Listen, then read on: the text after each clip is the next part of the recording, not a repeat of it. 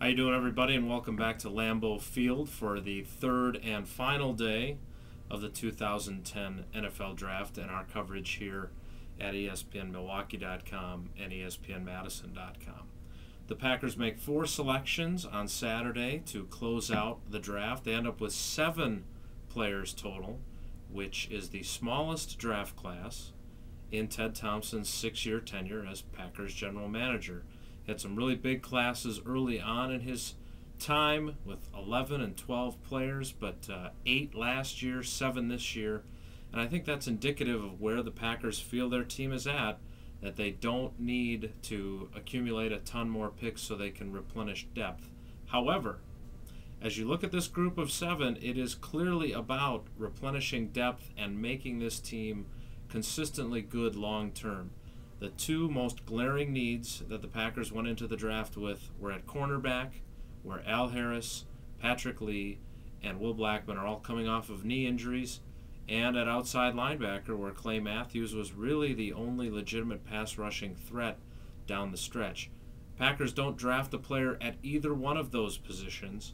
Now, they've added some players who are going to be good for them, I think, in 2011 and 2012 and 2013, but I'm not sure that they're going to have a huge impact in 2010, barring injuries. So Brian Bulaga, Mike Neal, and Morgan Burnett are 3 players that may be very important down into the future as Chad Clifton approaches retirement, as Cullen Jenkins and Johnny Jolly approach the final year of their contracts, and as Atari Bigby goes into the final year of his contract and has an injury history.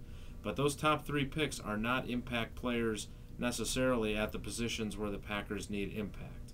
I asked Ted Thompson about that in his wrap-up press conference, and as I wrote about at ESPNMilwaukee.com and ESPNMadison.com, he made it very clear that his quote was, "This is not about shooting for the moon." So he feels like he has a team that can contend for the Super Bowl 45 championship. He didn't need to reach and trade up to get guys who played specific positions just based on need. We'll see if he turns out to be right.